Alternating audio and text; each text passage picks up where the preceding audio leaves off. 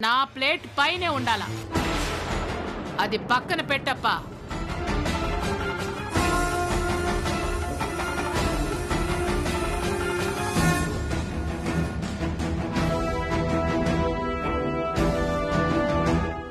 ఈ ప్లేటే నువ్వు పెద్ద మనిషివని డిసైడ్ చేసినట్టయితే అసలు ఆ ప్లేట్కి అక్కడ చోటు లేకుండా చేస్తానమ్మాజీ.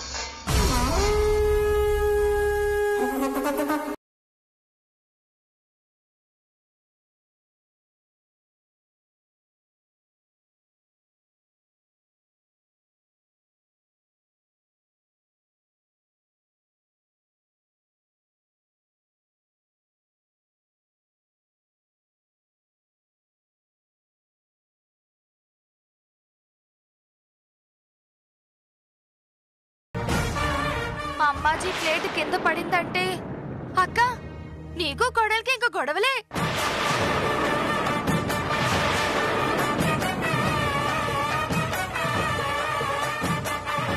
ఏదో పొరపాటున చెయ్యి జారి పడింది, దానికే గొడవలు జరిగిపోతాయంటే ఎలా? అలా ఏం జరగదండి. నా కూతురు గొడవ పడే మనిషి కాదు. అమ్మా ఎందుకు కంగారు పడిపోతావు?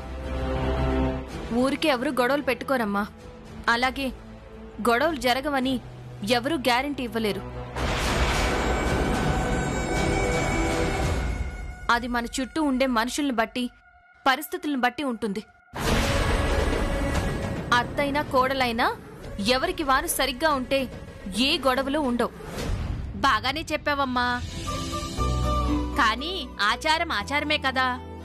అత్తాకోడళ్ళు కాస్త జాగ్రత్తగా ఉంటే మంచిది. అంటే ఇప్పుడు మా అమ్మాజీ జాగ్రత్తగా ఉండాలన్నమాట.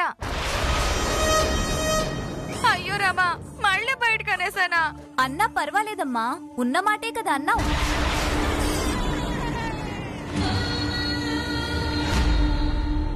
అయిపోయింది వదినా, అందరి దగ్గర ఆశీర్వాదం తీసుకో, అంతే కదమ్మా.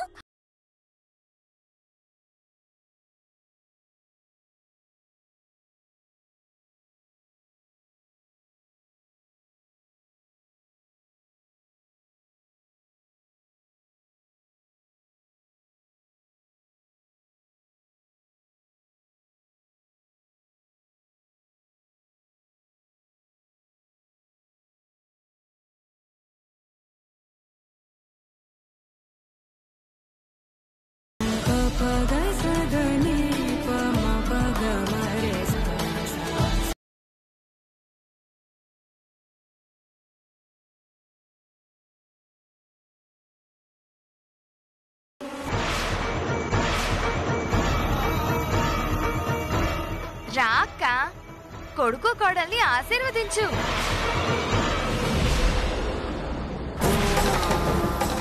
ఇష్టం లేనోళ్ల ఎంబడిపడి మరి ఆశీర్వాదం అడుక్కునే పనిలే.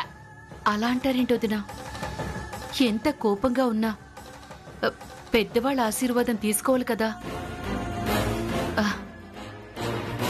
పదమ్మా బాబు, పద, వెళ్ళమ్మా.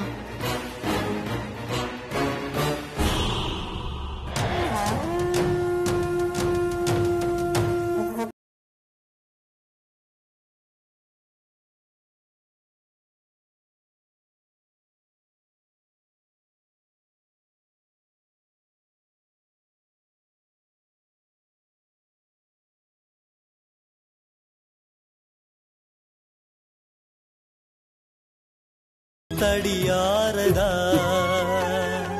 నీ కన్ను అది చూడదా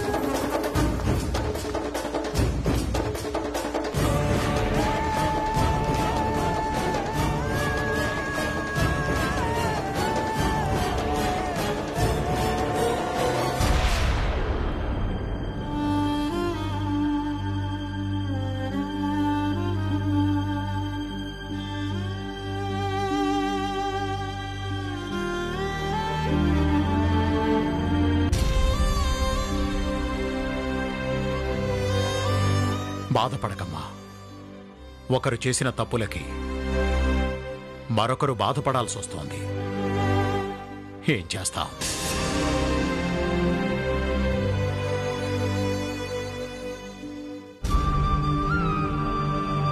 ఈ ఇంట్లో ఎప్పుడూ ఒక్కరికి మాత్రమే సొంతమయ్యే గౌరవాన్ని ఈరోజు నువ్వు అందరికీ ఇచ్చావమ్మా. అప్పుడే అర్థమైంది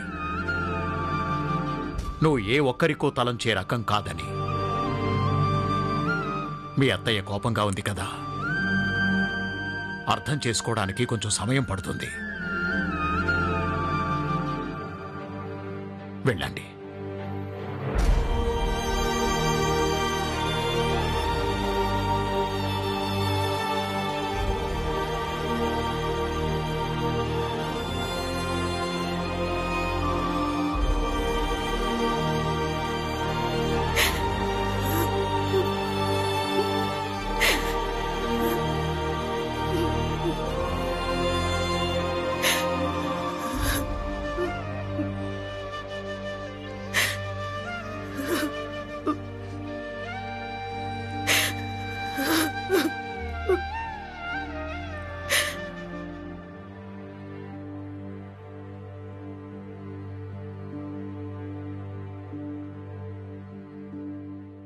అట్టుండావేమి?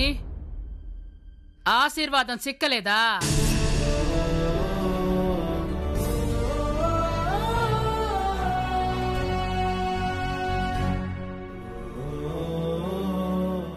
ఎవరో ఒకరు ఆశీర్వదించినంత మాత్రాన మీ పెండ్లి కానట్టు కాదులే అమ్మి.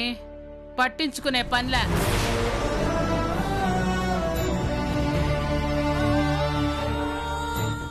బాగా అలసిపోయినట్టుండావు, విశ్రాంతి తీసుకోపో. అరవిందా, పెద్దమ్మా, ఈ రోజు నుంచి అన్నా వదినలు నీ గదిలో ఉంటారు. ఖాళీ చేసివ్వు. వాళ్ళకి నా గది ఇచ్చేస్తే మరి నేనెక్కడ పడుకోవాలి? ఏట్లోనా? ఏయ్, చెప్పింది గమ్మున చెయ్యక నోరు లేచండి. అదేంది మే? పెళ్లిగాని పిల్లవు, నీకు సపరేట్ గది కావాలనా ఏమి? మీ అయ్యా అమ్మల కాడ పండుకో, లేకుంటే హాల్లో పండుకో.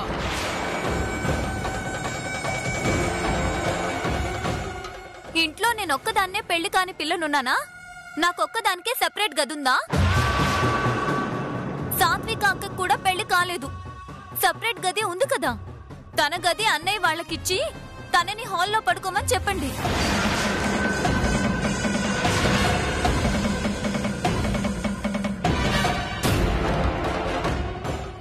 అలా ఎందుకు చెప్తుంది? కన్న కూతురు కదా.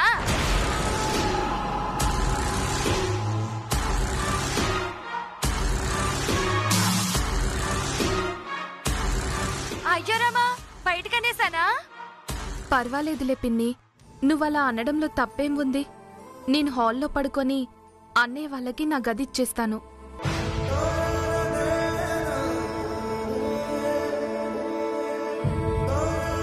చూసినావా బసవమ్మ, పెంపకం అంటే ఇట్లుండాల. నా కూతురు ఏ పరిస్థితుల్లో ఉండాది, కాని ఎట్టా త్యాగం చేసి ఉండాదో చూసినావా? కాని నేను మాత్రం ఒప్పుకునేదే లే.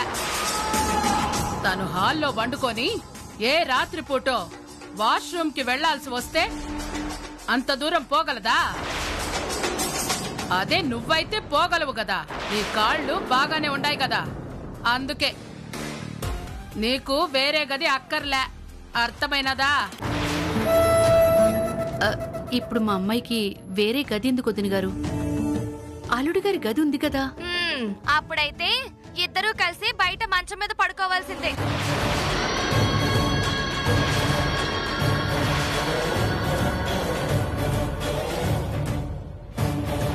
ఈసారి పైకే అన్నాను, శివకి వేరే గది ఎక్కడుంది? ఎప్పుడు నులక మంచం మీద బయట పడుకుంటాడు కదా.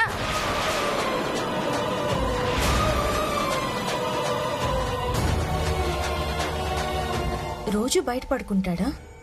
అసలు ఈయన పరిస్థితి ఏంటి? ఇంట్లో ఈయనకున్న స్థానం ఏంటి? సక్కంగా చెప్పినావు బసవమ్మ. కొత్తగా పెండ్లైన జంట చేత ఆరు బయట కాపురం పెట్టించలేం గదా, అందుకే వేరే గది కావాలా. చలపతి, అమ్మగారు, కోడల పిల్ల లగేజ్ తీసుకొని పోయి గదిలో పెట్టు. అలాగే అమ్మగారు. విశ్రాంతి తీసుకోమ్మా, పో.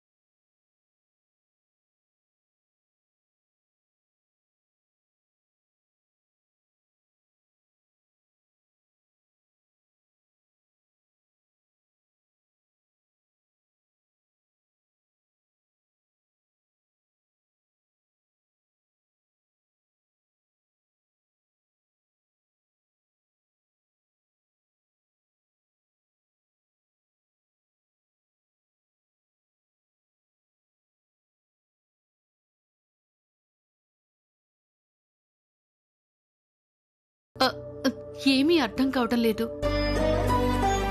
ఇక్కడ నిన్ను ఒంటరిగా వదిలి వెళ్లాలంటేనే భయం వేస్తోందమ్మా.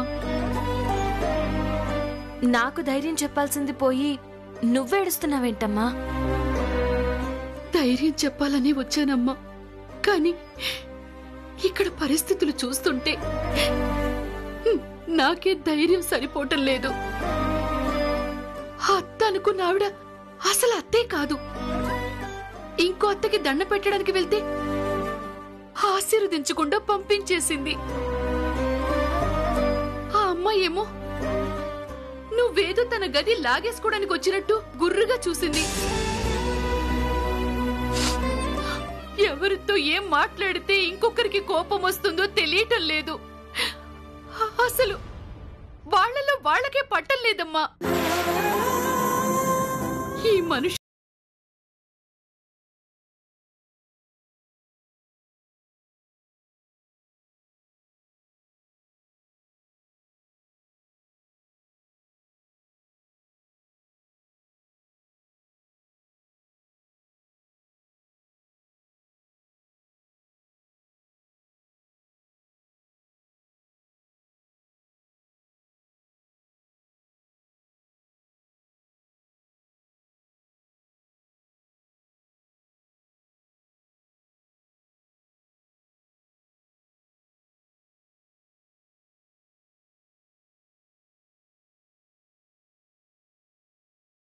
కదా పాపం, నువ్వు కూడా మీ నాన్న పరిస్థితి చూసి తప్పక ఇష్టం లేని పెళ్లి చేసుకున్నావు. నేను కూడా ఆపలేకపోయాను. అమ్మా, అమ్మ ఎందుకు ఏడుస్తున్నావు? ఏడిస్తే జరిగిపోయింది వెనక్కి తీసుకురాగలమా? తొందరపడ్డాం కదా అని ఈ పెళ్లిని కాదని నన్ను ఇంటికి తీసుకెళ్లిపోగలవా? అంటే కొంచెం కూడా బాధగా లేదా? ఎందుకు లేదు? నీకన్నా 1,00,000 రెట్లు ఎక్కువ బాధగా ఉంది. మనసుకి ఇష్టమైన మనిషి తోడు దక్కకపోయినా పర్వాలేదు, కానీ నాకు ఏ మాత్రం ఇష్టం లేని మనిషి అమ్మా. అతనంటేనే అసహ్యం. పోలీస్ కేసు పెట్టానమ్మా. అలాంటి మనిషిని పెళ్లి చేసుకోవాల్సి వచ్చిందంటే అంతకన్నా నరకం ఉంటుందా? కానీ ఏం చేస్తాం, ఇక్కడ రాసుంది, జరిగిపోయిందంతే. కష్టమైనా నష్టమైనా ఎదుర్కొంటూ ముందుకు వెళ్ళడం తప్ప చేయగలిగిందేం లేదు. పరీక్షల్లో అవుట్ ఆఫ్ సిలబస్ నుంచి ప్రశ్నలొస్తే వాటికి కూడా సమాధానాలు రాసి గోల్డ్ మెడల్ సంపాదించానమ్మా. అలాగే ఈ జీవితం అనే పరీక్షలో కూడా అవుట్ ఆఫ్ సిలబస్ నుంచి చాలా కష్టమైన ప్రశ్నే వచ్చింది. ఇక్కడ కూడా పాస్ అవ్వడానికి ప్రయత్నించాలే తప్ప పరీక్ష నుంచి పారిపోలేం కదా. అమ్మా ఊరుకోమ్మా, నువ్విలాగే ఏడుస్తూ ఇంటికి వెళ్తే నాన్న వల్ల నా జీవితం ఏదో అయిపోయిందని ఇంకా బాధపడిపోతారు. బాధపడకమ్మా. అమ్మా ఊరుకో అమ్మా.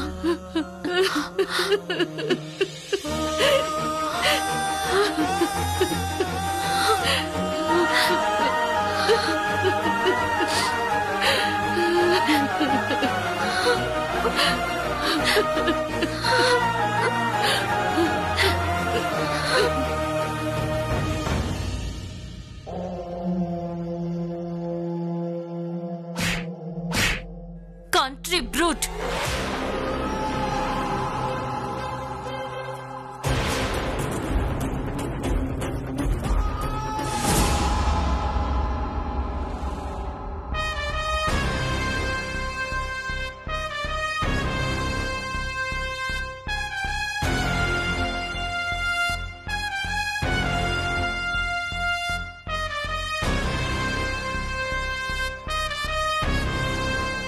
ఏమప్పా, కోపంగా ఉండదా?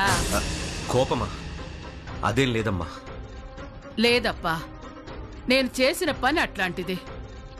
నీకు ఇష్టమా లేదా అని ఆలోచించకుండా అందుకే ఆ అమ్మి మెడలో తాళి కట్టమని చెప్పినాను. ఆ మాత్రం కోపం ఉంటాదిలే. నన్ను క్షమించప్పా. అమ్మా, నువ్వు నన్ను క్షమించమని అడగడం ఏంటమ్మా? ఎప్పుడు నువ్వు చెప్పింది చేయడమే తప్ప వేరే ఆలోచన ఏమైనా ఉంటుందా?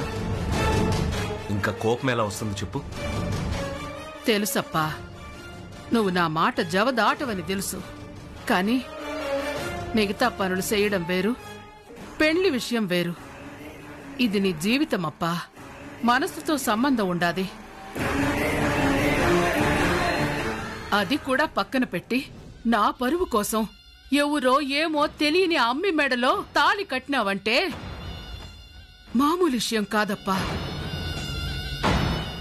ఎవరో ఏంటో తెలియని ఆడదానికైనా సంతోషంగా తాళి కట్టుండేవాణ్ణమ్మా. కానీ అది శత్రువని తెలిసి కూడా తాళి కట్టాల్సి వచ్చింది చూడు, అందుకు బాధగా ఉంది. నా కడుపున పుట్టినోడు కూడా నా మాట వినేటోడు కాదప్పా. నువ్వు విన్నావు. నా పరువు కాపాడి తలెత్తుకుని తిరిగేటట్టు చేసినావు. అసలైన కొడుకంటే నువ్వేనప్పా. ఏం చేసినా నీ రుణం తీర్చుకోలేను.